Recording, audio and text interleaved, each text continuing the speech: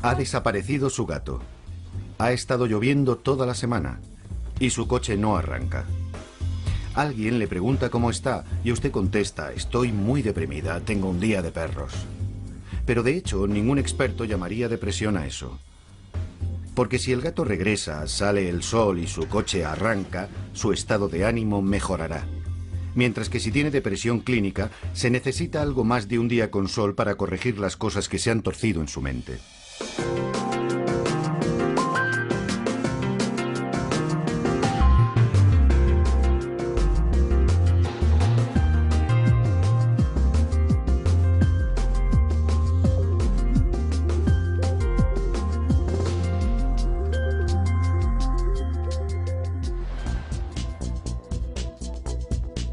Aunque podemos decir que estamos deprimidos, más bien nos estamos refiriendo a un estado de ánimo pasajero. Si en la vida las cosas nos van mal y nos sentimos decaídos, sabemos lo que nos ocurre y podemos hacer algo por nuestro estado mental, pero cuando tenemos una depresión clínica no es tan fácil. Una vez alguien dijo que salir uno mismo de la depresión es igual que tratar de levantarte del suelo tirando de los cordones de los zapatos. Y bueno, si puedes hacerlo, entonces no es depresión, no es de lo que estamos hablando aquí. Felizmente casado y con una exitosa carrera en el campo de la publicidad, Matthew Johnson supo que algo iba mal y se pasó años intentando solucionar las cosas por sí mismo mientras luchaba contra la idea de una enfermedad mental. Creo recordar que tuve mi primer diagnóstico cuando tenía alrededor de 30 años, pero no lo creí y no me lo tomé en serio, porque pensé que no encajaba con quien yo pensaba que era. Creo que es un trago muy amargo de pasar, que te digan que tienes algún tipo de problema mental. Y en fin, creo que me he pasado toda mi vida intentando evitarlo. Cambiando de trabajo, de relaciones, yéndome de viaje en coche, moviéndome por el país y todo este tipo de cosas. Y supongo que eso era siempre una forma de tratar de correr más que el perro, lo que yo llamo el perro negro.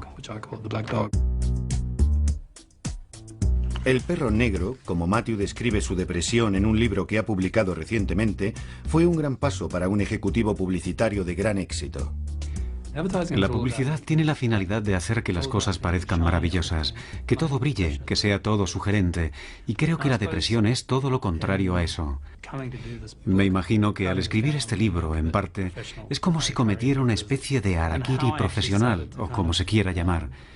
Y para saber realmente cómo podría reaccionar la gente con ello, empecé a mostrarles el borrador del libro y nunca tuve una reacción adversa. Es más, me di cuenta de que todo el mundo tenía su propia historia. El 11 de septiembre de 2001 resultó que Matthew se encontraba a solo unas manzanas del World Trade Center cuando fue destruido. Había estado pensando en este libro mucho tiempo y creo que eso me dio el empuje necesario para hacerlo. Porque una semana después estaba en la sala de juntas con la gente del departamento gráfico de la agencia en la que trabajaba y el jefe nos dijo: ahora tenemos que trabajar con más ahínco, tenéis que crear unos anuncios mejores. Nuestros clientes nos necesitan más que nunca. Y yo me dije: y una mierda.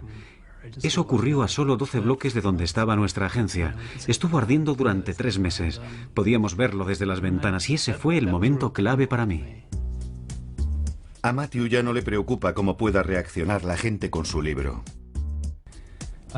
Creo que cómo me afectaba a mí y a mi ego era absolutamente irrelevante, porque pienso que hay mucha gente que necesita ayuda. Y que una de las cosas coherentes que he descubierto escribiendo este libro es que la gente, en el fondo, quiere ser comprendida, quiere que se la entienda, quiere que le confirmen que no está volviéndose loca. Y también quiere tener esperanza. Como bien sabe Matthew, cuando uno está deprimido tal vez no se sienta con muchas esperanzas. Puede que no sienta demasiado. La depresión clínica tiende a invadirlo todo. No es solo una cuestión mental, sino también física. Es muy difícil encontrar la energía necesaria para hacer algo. En realidad tienes que reunir cualquier minúscula gota de energía que puedas encontrar para pasar el día. Además no duermes, tienes insomnio, por lo que siempre tienes déficit de sueño. Es como si todo fuera una gran bola de nieve que al final termina desplomándose a tu alrededor. Y llegas a un punto donde sientes que ya no puedes hacerle frente y que no eres capaz de seguir funcionando. Tu memoria empieza a fallar. Con síntomas así, uno piensa que debería darse cuenta de que algo va mal, pero incluso así no llegaría a pensar que se debe a una enfermedad mental. Al menos 3/4 partes de las personas que veo con depresión, la palabra depresión no es la adecuada para ellas. No la asocian con la percepción de lo que les está ocurriendo. Puede que digan, oiga, es mi estado de ánimo, pero no estoy deprimido. Y sin embargo pueden estar abrumadas por la fatiga, su memoria y concentración estar por los suelos, y tal vez tengan una tremenda dificultad para poder salir adelante con las cuestiones del día a día. Y tú tienes que averiguar el origen de todo esto y decir, bien, no usaremos la palabra depresión, pero vamos a juntar todo eso y verlo como un tipo de enfermedad o estado de salud. Lo llamen como lo llamen, cuando se tiene depresión clínica, la bioquímica del cerebro cambia y los mensajes no llegan de la forma que deberían. Tenemos más de 100.000 millones de neuronas, intercomunicadas por una gran cantidad de uniones. Las conexiones son conocidas como sinapsis. Los mensajes o señales viajan a través de nuestro cerebro a lo largo de las uniones como una serie de impulsos eléctricos, y los neurotransmisores, como la serotonina, son los mensajeros químicos que transportan las señales a través de los espacios sinápticos. Flotan en ellos hasta que se pegan a la siguiente neurona para enviar la señal antes de dar marcha atrás. Si nos fijamos en el cerebro, ¿qué hacen esos neurotransmisores?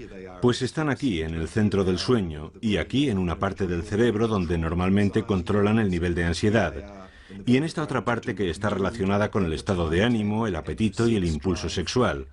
Así que aquí tenemos toda una sucesión de sintomatología de la depresión. Los neurotransmisores responsables son parte del paquete que heredamos de nuestros padres biológicos, junto con todas las demás cosas, como el color de los ojos o los huesos. Es un vínculo familiar del que Jamie Rose es muy consciente. Mi madre ha sufrido depresión crónica la mayor parte de su vida.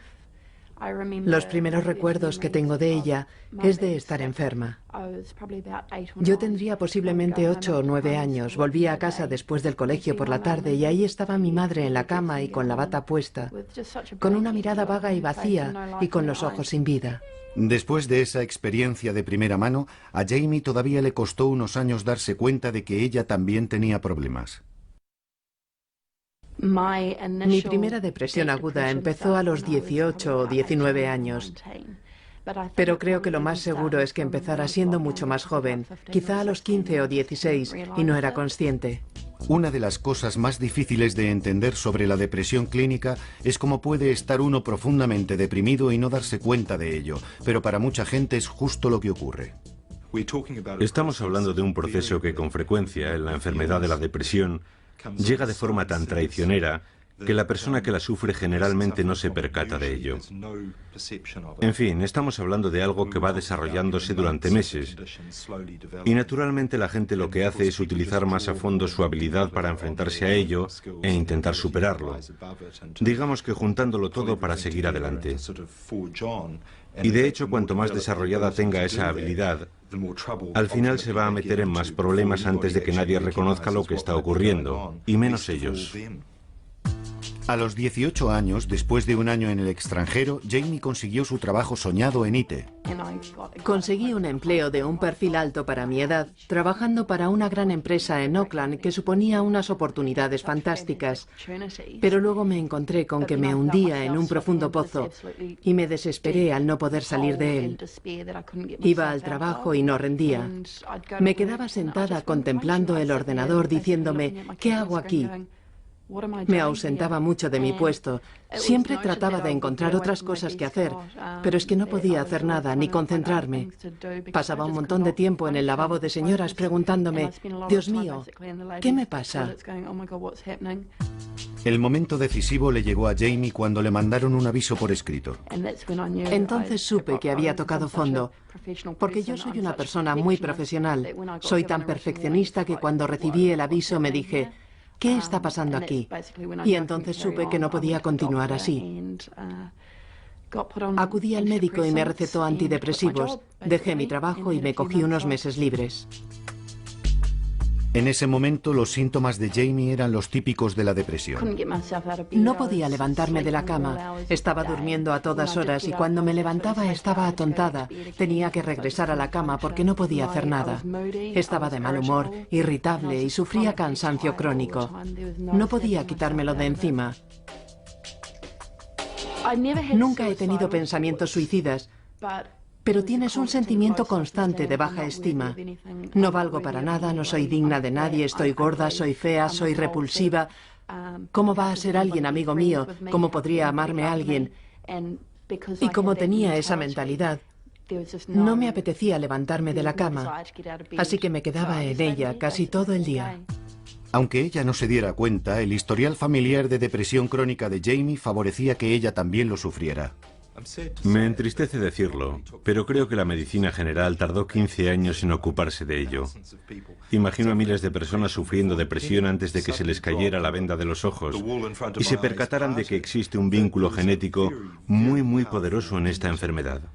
No es un vínculo pequeño, no es como el historial familiar de cáncer de pecho o de cáncer de intestino, donde sabemos que el riesgo ha aumentado, pero aún así lo más probable es que no se tenga la mala suerte de sufrir esas enfermedades.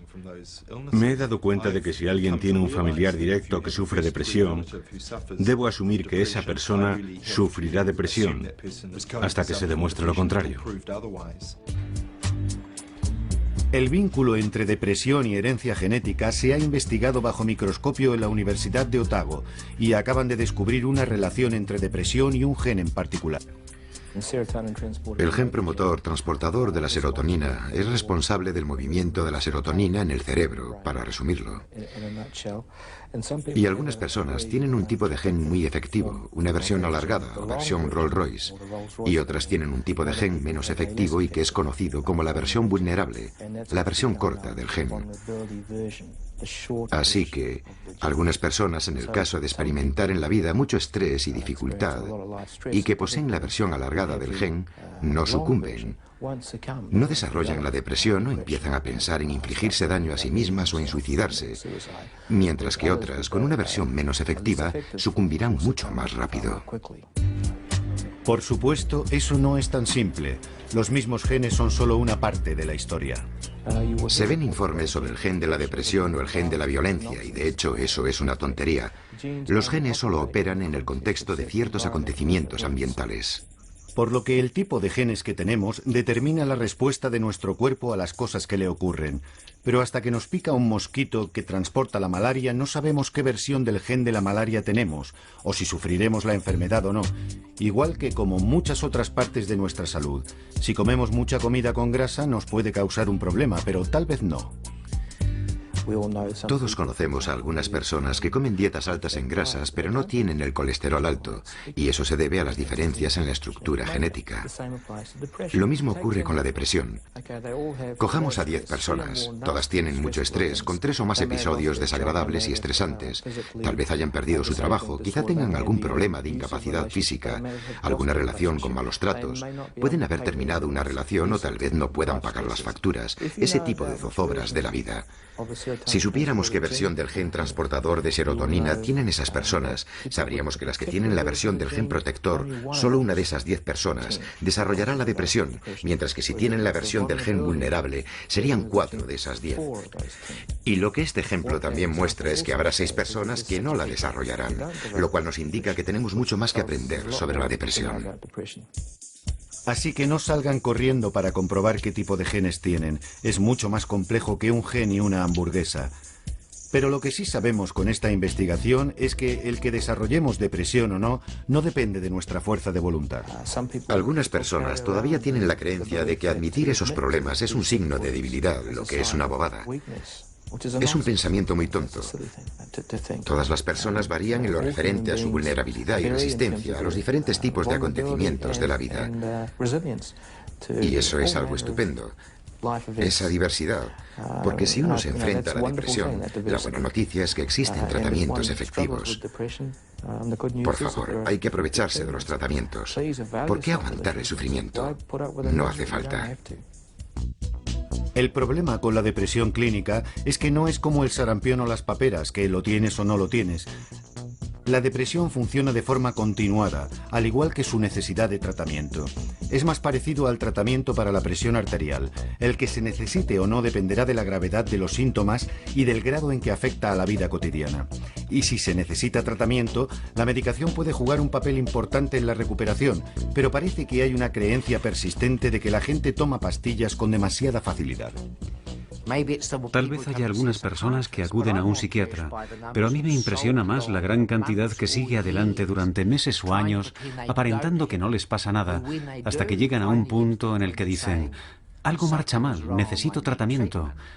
No puedo creer que hayan estado resistiendo durante tanto tiempo. Los estudios demuestran que si alguien estaba deprimido hace 20 años, hay un 90% de probabilidades de que no haya sido tratado, principalmente por falta de conocimiento. Aunque muchas personas hubieran ido al médico de cabecera o a otro profesional de la salud, lo más normal es que no fuera reconocida como una depresión. Un mayor conocimiento de los médicos y el desarrollo de nuevos medicamentos con menores efectos secundarios ha cambiado eso. El resultado del gran incremento en la prescripción de antidepresivos ha llevado a la preocupación pública, pero los estudios muestran que junto a ese aumento hay un desarrollo positivo. La depresión es sin duda uno de los principales factores de riesgo en el suicidio, y lo que hemos comprobado en los últimos 5 o 10 años es que el índice de prescripciones de antidepresivos ha aumentado y la tasa de suicidio está empezando a disminuir en Nueva Zelanda, en Australia y en un gran número de países europeos. Otro aspecto de preocupación pública es si la gente está tomando antidepresivos sin que lo necesite realmente. Si no sufres la enfermedad, no te beneficiarán en nada. Solo te harán sentir normal si de entrada no te encuentras bien. Así que estos medicamentos, como algunos narcóticos, no te proporcionarán ningún subidón artificial. Ese no es el caso. En realidad, lo único que pueden hacer es devolverte a la normalidad, al nivel de la vida cotidiana. No pueden subirte por encima de ese nivel. La gente a la que se le ha prescrito la medicación correcta no tiene ninguna duda de por qué se la toma. La medicación es necesaria para estabilizarlo todo y para ponerme en un nivel en el que pueda funcionar y luego empezar a curarme. Para cuando el músico y guía de museo Norrie Gibson consiguió llegar hasta aquí, estaba luchando contra la depresión. La gente no tenía forzosamente que saber a lo que yo me enfrentaba, pero a veces estuvo a punto de destruirme. Fue sumamente agotador y necesité una enorme cantidad de energía que no tenía. No dormía bien, perdí la alegría por todo lo que antes me había proporcionado júbilo, perdí el entusiasmo por la música, que era mi vida. Necesitaba ayuda. Sabía que necesitaba ayuda. Con esos síntomas, el primer equipo médico al que acudió Norrie no tuvo problemas para encontrar el diagnóstico correcto y prescribirle antidepresivos. Como médicos de cabecera, frecuentemente vemos dos milagros en la medicina general. Uno de ellos es cuando llega alguien con neumonía y le recetas penicilina. Es milagroso lo que ocurre. Bueno, 2 días después la transformación es absolutamente llamativa. Un milagro a escala parecida es la transformación de alguien que ha sido diagnosticado correctamente de depresión y recibe el tratamiento adecuado. Hay una transformación milagrosa en esas personas. La medicación me permitió vivir mi vida y hacer cosas que necesitaba. Me ayudó a dormir, algunas veces con más éxito que otras, pero eso fue uno de los puntos clave para estabilizar mi sueño. La medicación que estaba tomando Norrie era para incrementar los niveles de serotonina en el cerebro. Si estamos deprimidos, los niveles de serotonina son bajos. Hay muy poca serotonina flotando en el espacio sináptico para pegarse a la siguiente célula y pasar los mensajes. El SSRI trabaja para incrementar los niveles de serotonina y lo hace bloqueando su reabsorción para que haya más cantidad y mantener funcionando las líneas de comunicación, lo cual con el tiempo se convierte en una visible mejora para muchas personas. Pero aunque los medicamentos pueden ser una parte clave en el tratamiento de las depresiones severas, obtener los adecuados puede ser cuestión de ir probando. La primera medicación que me mandaron fue triciclen y, de hecho, me aumentó el límite de ansiedad de los síntomas que estaba experimentando. Sudaba profusamente, estaba muy acelerado, era más y más activo, cada vez con mayor agitación y más alarmado. Había momentos en que me sentía mareado y como si realmente fuera a desvanecerme. Me hizo polvo físicamente y también a otros niveles, algo terrible. Y naturalmente, me dijeron que continuara con ello hasta que me hiciera efecto. Pero en realidad era insoportable. Al final, Norrie fue enviado a un psiquiatra que le cambió su medicación por SSRI. Muy efectivo, desde casi al principio. Una de las primeras cosas que me dijo cuando me lo estaba recetando fue: si tienes problemas con esto, deja de tomarlo. Vaya, que me dio el margen de tomármelo con seguridad. No sigas con esta medicación si te ocasiona más problemas que mejoría. Así que eso fue tremendamente tranquilizador después de la anterior experiencia. La desagradable experiencia de Norrie no es nada insólito, ni tampoco lo es la reticencia de Matthew a medicarse al principio. Yo, al principio, tenía una sensación de fracaso por tener que medicarme debido a lo que estaba pasando, y fue muy duro. A Matthew también le fue difícil dar con la medicación adecuada para él.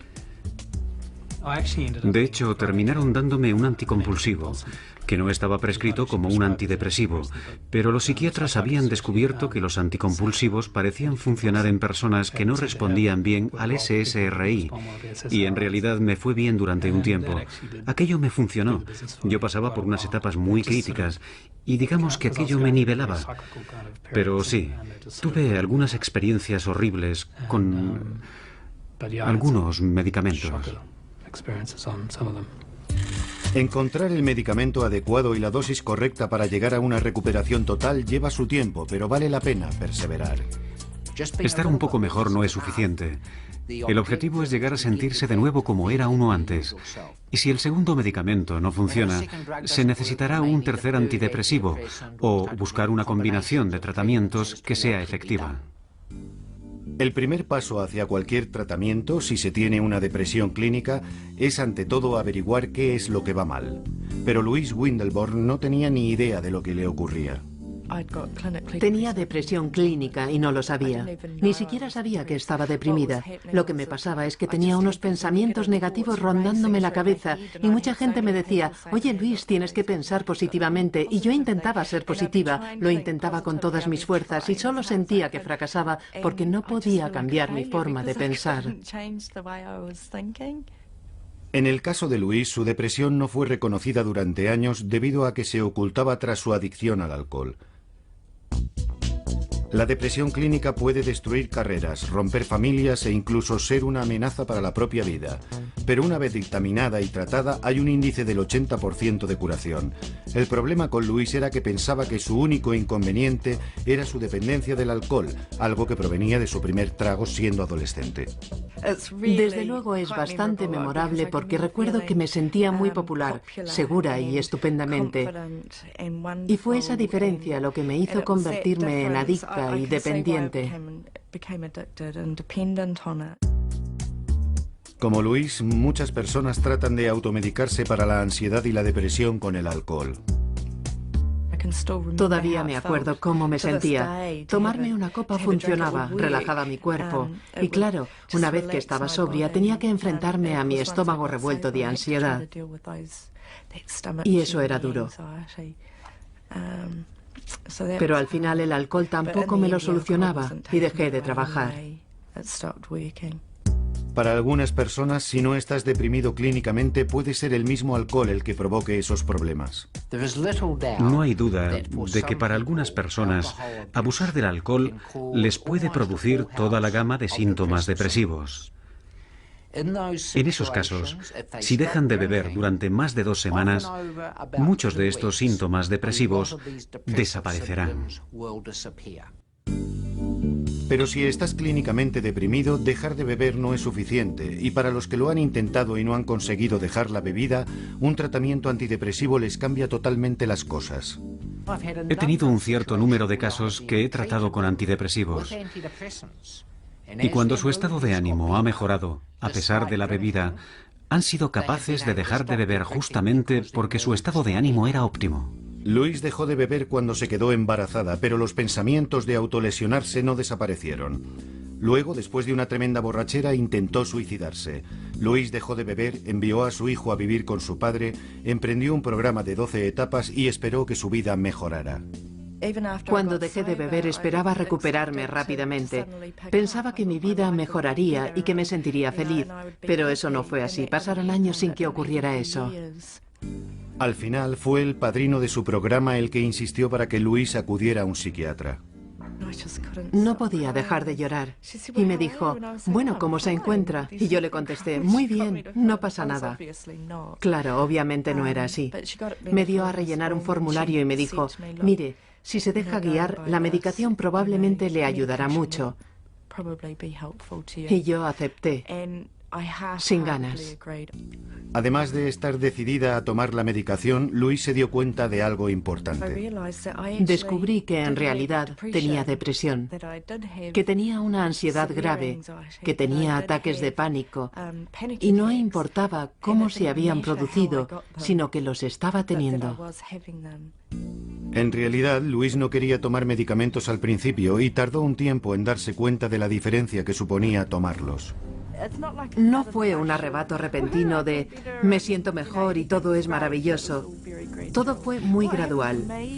Lo que me ocurrió es que como un mes después iba en el coche conduciendo, sonó una canción y me puse a cantarla y pensé, Dios mío, hace mucho tiempo que no hago esto. Y empecé a tener otros pensamientos como, vaya, esta canción es muy buena. En fin, esa sensación de alegría y ese sentimiento fue muy profundo para mí. La reticencia inicial de Louise para tomar la medicación es típica en la depresión clínica. Es una parte común de no reconocer o de no querer admitir ni para uno mismo lo enfermo que estás. Norrie es muy consciente del por qué lo pospuso durante tanto tiempo. En todo lo relacionado con la salud, yo prefería tratarme con naturopatía y con homeopatía. Soy receloso con la medicación química, así que tardé un tiempo en decidirme diciendo, oye, tienes que dejar eso de lado, necesitas ayuda de otra clase. Y una vez que tomé la decisión pensé, bien, lo haré. Pero dentro de mí quedaba un pozo residual que me impedía, me resultaba difícil decir,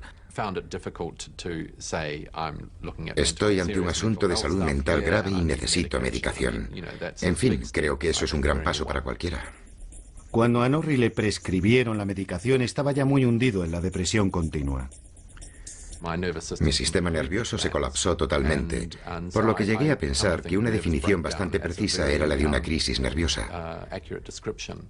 El proceso normal para afrontar el estrés, cuando eres capaz de procesar una situación y luego actuar, algo que la mayoría lo hacemos de forma intuitiva, de forma natural, para resolver cualquier cosa o hacer frente a algo que necesita atención, había desaparecido.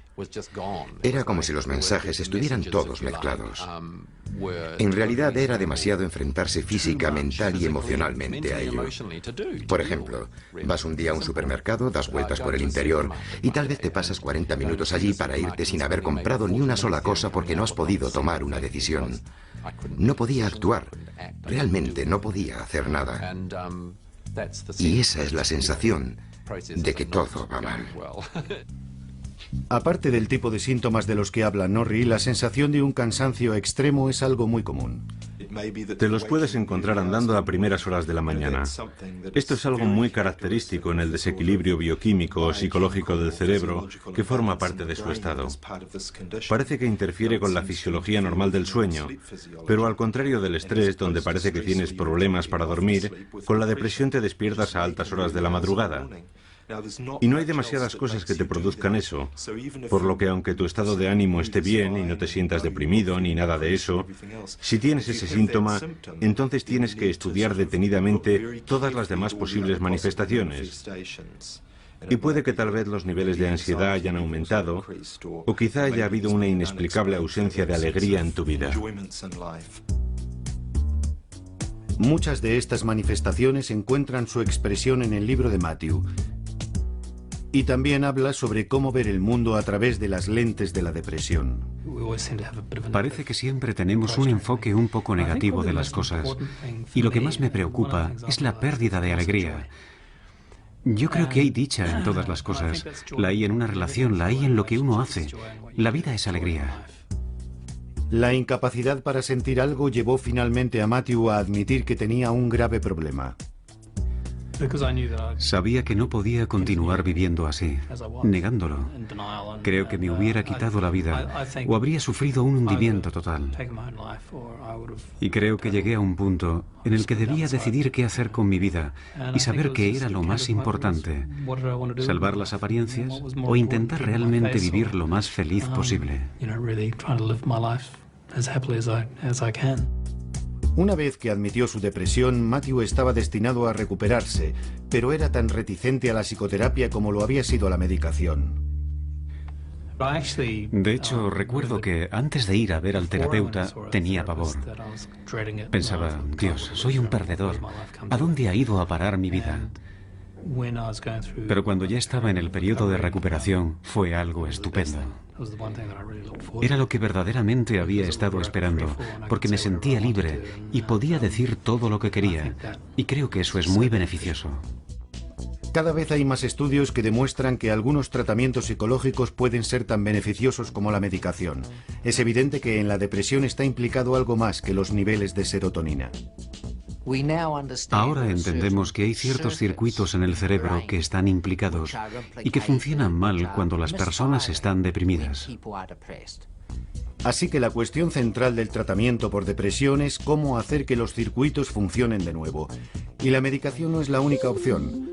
Los circuitos involucrados están en la parte frontal del cerebro donde está el pensamiento, al igual que en la parte central donde se procesan las emociones, tales como el miedo y la alegría a través de la amígdala y el hipocampo. Estos circuitos influyen entre sí. Por lo que actualmente decimos que los antidepresivos modulan estos circuitos depresivos, trabajando desde abajo, mientras que la psicoterapia, como la terapia del comportamiento cognitivo, puede que los module desde centros más altos dentro del cerebro. Pero en cuanto a lo que puede o no puede funcionar y lo bien que podría hacerlo, vale la pena estar al tanto del tipo de terapia que se está recibiendo. No estamos hablando del grado más grave de la escala, sino entre el grado suave al moderado y los tipos de tratamiento específicos. Y debo decir que la ayuda psicológica convencional no es efectiva como tratamiento a la depresión. Una buena analogía podría ser la de que si te rompes una pierna, el que tengas ayuda psicológica por ello tal vez te ayude en cuanto al hecho de que tienes una pierna rota y en saber organizarte la vida. Pero no va a cambiar el hecho de que vas a tardar 6 semanas para que se cure la pierna y que en realidad solo hace falta tenerla enyesada. Norrie tiene muy claro que lo que verdaderamente siente ayudó a su recuperación. En ese tiempo acudí a un par de consejeros, tal vez unas 3 o 4 veces, y me di cuenta que más bien trabajaban en cuestiones del presente. Pero lo mío era mucho más profundo que eso. Pude comprobar que esa ayuda me era muy beneficiosa para afrontar las situaciones actuales en la vida. Pero para mí la clave fue la psicoterapia, y siempre he tenido la sensación de que necesitaba profundizar más y trabajar a un nivel mucho más profundo. Norrie cree que su depresión se remonta a cuando su familia se desgajó con el divorcio de sus padres cuando tenía 6 años. En mi caso particular, es obvio que mi tendencia a la depresión creció por el sentimiento de una gran pena y pérdida en mi más tierna edad. Algo que no supe darme cuenta del todo o reconocerlo. Ni fui capaz de expresarlo o afrontarlo de ninguna manera, en realidad. Era demasiado pequeño. Norrie identificó algo a lo que debía enfrentarse, pero mucha gente no tiene ninguna razón aparente para su depresión. Creo que esto es justo la clave de la confusión sobre lo que es esta enfermedad. En fin, esto podría ser algo totalmente desligado de cualquier otro tipo de dificultad que se haya tenido en la vida. No hace falta un problema en la vida para sufrir esta enfermedad de manera muy aguda. Y por supuesto se pueden tener muchos problemas en la vida, solucionarlos y seguir padeciendo esta enfermedad. Las buenas noticias son que el cerebro puede ser mucho más resistente de lo que pensábamos. Hace muchos años se pensaba que tenemos cierto número de neuronas cuando somos adultos y que luego van muriendo. Eso no es cierto. Se van creando neuronas constantemente y cada vez hay más pruebas que nos dicen que los antidepresivos trabajan fomentando el crecimiento de nuevas neuronas en el cerebro. A pesar de que se nos ha dicho que beber demasiado mataba las células de nuestro cerebro para siempre, ahora sabemos que los cerebros adultos son más activos de lo que pensábamos. Al igual que en el resto de nuestro cuerpo, tiene lugar un proceso constante de muerte celular y renovación.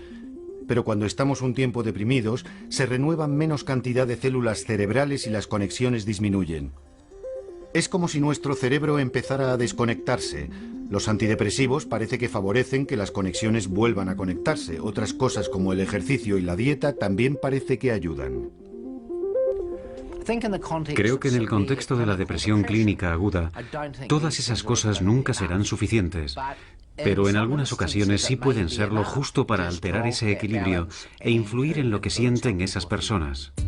Actualmente, Jamie está muy atenta a cómo se siente y utiliza varias actividades diferentes, incluido el ejercicio regular para mantenerse saludable. Un par de veces a la semana salgo a caminar, paseo y veo a mis amigos. Si me siento hundida, sigo saliendo y trato de vivir la vida. He empezado a pintar. Es una birria, pero yo continúo con la pintura porque es una liberación. La recuperación de Jamie ha sido un proceso constante a lo largo de más de 3 años. No fue una reacción instantánea, ni fue como, ahora me siento genial. Fue una cuestión de ser constante con todas las cosas. Para Jamie, el ser capaz de disfrutar de todas esas cosas demuestra lo lejos que ha llegado desde la época de su depresión clínica aguda. No hubiera sido capaz de hacer todo esto. Me hubiera sido imposible emprender algo. Cuando no trabajaba me pasaba el día en pijama. Era impensable que pudiera entenderlo o incluso salir a la puerta. Esos días están ahora muy lejanos y Jamie confía en poder estar sin medicación y no recaer. Pero para Louise es una parte necesaria para mantenerse saludable. Hago lo que debo hacer, estar bien, y para ello tengo que tomar antidepresivos. Me ayuda a que mi mente no salga galopando. Yo no tengo pensamientos autodestructivos como tenía cuando no me medicaba. Así que no lo recomendaría para todo el mundo, pero yo necesito tomar medicación para que no vuelva a ocurrirme, o al menos para aliviarme. Y además también debo ocuparme de otras cosas. Y por supuesto continuar con mi recuperación del alcohol. Según un estudio americano que investigaba los efectos de un tratamiento continuo en personas que habían sufrido 3 o más episodios de depresión, Louise no es la única que necesita antidepresivos para mantenerse con buena salud. Todos los participantes en el estudio habían estado bien durante 6 meses después del tratamiento, el cual combinaba psicoterapia y medicación. De aquellos que habían dejado todo el tratamiento, el 10% siguió perfectamente durante los siguientes 3 años. De los que siguieron solo con la terapia y no con los antidepresivos, el 30% siguió bien. De los que continuaron con la medicación pero no con la terapia, el 80% siguió en buenas condiciones los siguientes 3 años. El motivo principal por el que ese 20% no mejoró fue más bien porque no siguieron tomándola como les fue prescrita. Si esas personas hubieran tenido varios episodios de depresión, entonces muchas de ellas probablemente hubieran tomado antidepresivos de forma continuada para prevenir futuros episodios de depresión recurrente. Y si se deja la medicación, más vale no dejarla demasiado pronto. Mis deseos eran los de no tener que medicarme durante mucho tiempo. Y fue desastroso intentar dejarlo de pronto o querer dejarlo demasiado rápido. Y lo que aprendí de ello fue que necesitaba seguir con la medicación mucho tiempo después de que me sintiera mejor. Y eso fue bastante aleccionador, en realidad. El psiquiatra de Norrie le ayudó a comprender el porqué. Me dijo, vas a notar que llegas a un punto donde te sentirás mejor, pero eso será justo porque empieza a hacerte efecto, de hecho. Así que sigue con la medicación y manténla durante bastante tiempo mientras se va realizando el proceso de curación. Por lo que seguí tomándome los medicamentos, aún después de mejorar, más o menos otro año y medio. Y luego me fue disminuyendo muy gradualmente. Y así pasé unos 8 meses.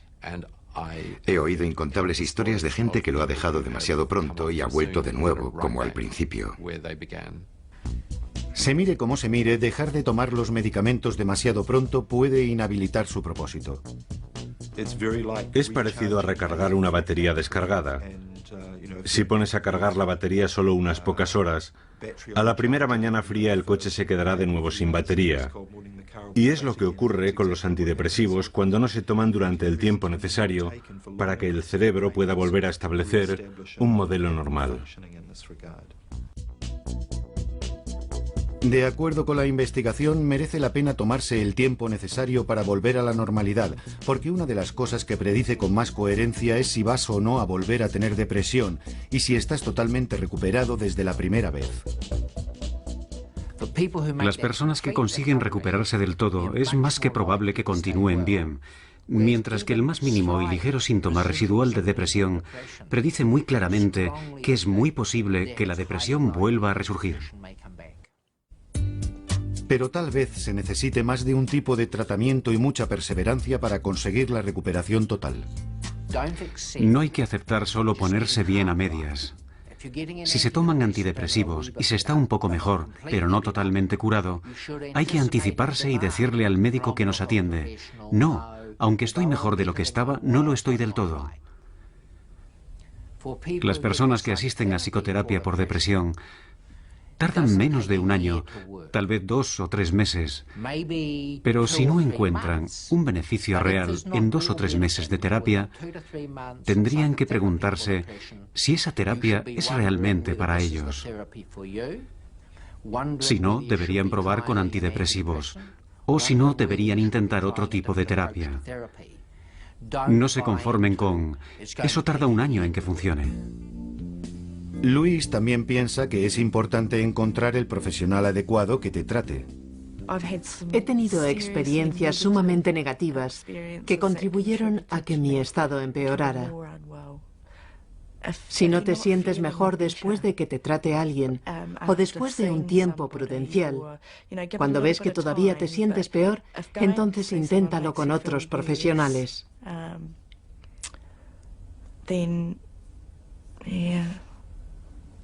Pero nunca pierdas la esperanza. Tienes que continuar luchando. Luis sabe que tiene suerte por estar viva y con un futuro que disfrutar. Por entonces no me lo hubiese creído. No hubiese podido creer que estaría viva. Y que hasta sería madre. Y con Matt aquí haciendo las cosas cotidianas. No solo sobrevivió a su depresión, sino que aprendió mucho sobre la vida. En fin, lo bueno de lo que he hecho es que ahora puedo enseñar cosas.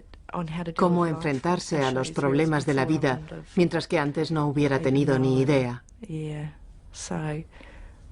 Así que trato de disfrutar de él antes de que se vaya, de que deje el hogar, algo que no está tan lejano.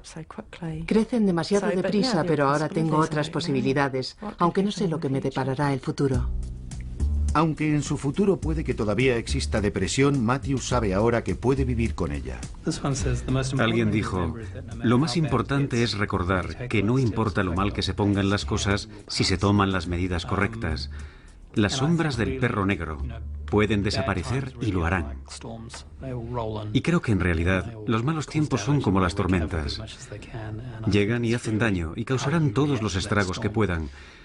Pero creo que hay que reaccionar como con las tormentas, porque eso es lo que mi esposa, Ainsley, siempre me decía: esto pasará. A veces no creía en ello, pero ella tenía razón, y así fue. Cuanto más lo combatas, tanto más batallarás con ello. Cuanto más trates de pasarlo por alto, más tiempo permanecerá ahí. Y ese es el motivo de que el libro del perro negro siempre me analice a mí. Y es que creo que solo está esperando. Bueno, espera que yo tome medidas. Porque yo no lo considero como si el perro estuviera muerto o como algo maligno. Más bien creo que, de hecho, es algo que forma parte de nosotros orgánicamente y que necesita que se le dé una respuesta.